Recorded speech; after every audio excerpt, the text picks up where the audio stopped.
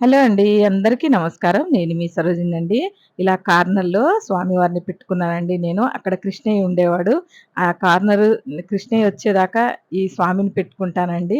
అందుకనే నేను ఇలా పెట్టుకున్నాను ఇక్కడ కార్నర్‌లో. అప్పుడప్పుడు అక్షయ పాత్ర అలంకరించి పెట్టొచ్చు కదా చక్కగా అని చెప్పి ప్రతిరోజు పిండి దీపారాధన చేసుకుంటున్నానండి. అక్కడ పెట్టి స్వామివారికి దండం పెట్టుకుంటాను. మళ్ళీ కృష్ణయ్య రావాలి మా ఇంట్లోకనని చెప్పి సంవత్సరంన్నర అయిపోయిందండి ఇప్పటికి. సంవత్సరంన్నర నుంచి రావట్లేదు.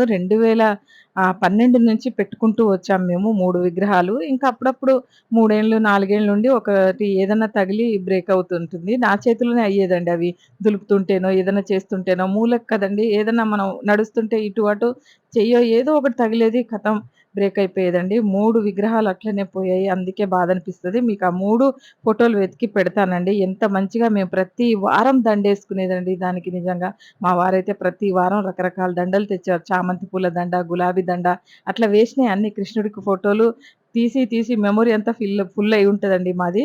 ఎందుకంటే మా వారి దగ్గరున్నాయి అవన్నీ ఇంకా మేము ఫోన్‌లో నుంచి కొన్ని తీసేసాం. మా వారి దగ్గరున్నాయి. అవి తీసి పెడతానండి ముందు. అలాగే కృష్ణయ్య రావాలి, అలాంటి కృష్ణయ్యే కావాలి అని వెతుకుతున్నానండి. నెక్స్ట్ టైమ్ పెట్టింది నేను లాస్ట్ టైమ్ పెట్టిన కృష్ణుడు మాత్రం చాలా బావుంటాడండి. అలాంటి బొమ్మ కావాలని వెతుకుతున్నాను. ఎక్కడ దొరకటం లేదండి.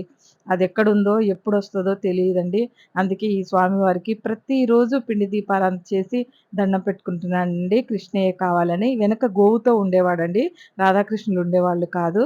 చాలామంది రాధాకృష్ణులు పెట్టుకోవద్దంటే నేను కృష్ణయ్యనే తెచ్చుకునేదాన్నండి. కృష్ణయ్యని ఎనక గోవుతో ఉండేవాడు. చాలా బాగా మురళి పట్టుకొని ఉండేవాడు. మంచిగా ఉందండి ఆ విగ్రహం అయితే మీరు చూస్తే చాలా బావుంది కదా! అంటారండి.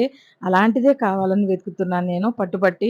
మా పిల్లలు ఏదో ఒకటి తీసుకొద్దాం అమ్మ అని చెప్పి పోయిన దీపావళికి ట్రై చేశారు. మళ్ళీ దీపావళొస్తోంది. అప్పుడు ట్రై చేస్తాం. ఎక్కడ దొరుకుతాయో చూడాలండి అవి.